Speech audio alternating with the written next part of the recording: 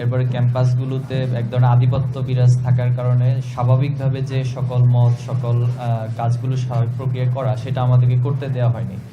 আলহামদুলিল্লাহ 5ই আগস্টের পর আমরা চেষ্টা করছি যে ছাত্র রাজনীতি নিয়ে যে একটা ভীতি তৈরি হয়েছে শিক্ষার্থীদের মাঝে সেটা দূর করা।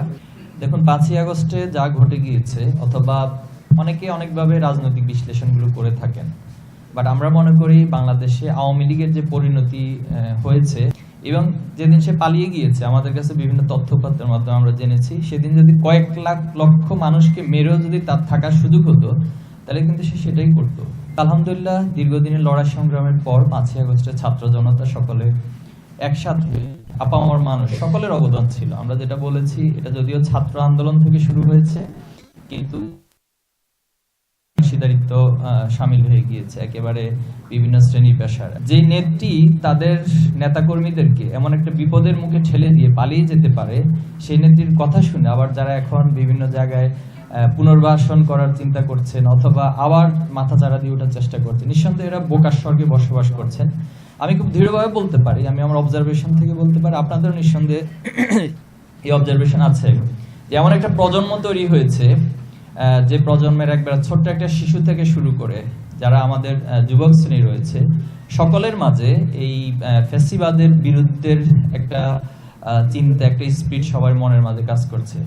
তো এই মনস্তাত্ত্বিক জায়গার সাথে যুদ্ধ করে হাসিনা চিন্তাগুলো করছে, আবার ফিরে আসা, বিভিন্ন রূপ ধারণ করে ফিরে আসা, এটা কখনো বাংলাদেশে সম্ভব হবে না। তো আমরা জন্য বিশেষ করে হচ্ছে যারা এই কাজগুলো করার চেষ্টা করছে তাদের জন্য সতর্ক হিসেবে সেটি বলবো।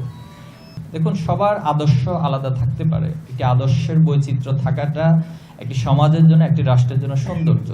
কিন্তু আমি আমার নিজের আদর্শকে মানে অতিমাত্রায় সবার কাছে উপস্থাপন করতে গিয়ে অন্যের আদর্শকে ইগনোর করা, হেয় প্রতিপন্ন করা, এই কাজগুলো কিন্তু বিগত সময়ে সাংবাদিকতার এই জায়গা থেকে কিছু কিছু ব্যক্তিরা করেছেন। আমি আশা করব 5ই আগস্টের পরে আমরা পেশাদারিত্বের জায়গাটা আপনাদের কাছে বিশেষভাবে প্রত্যাশা করব।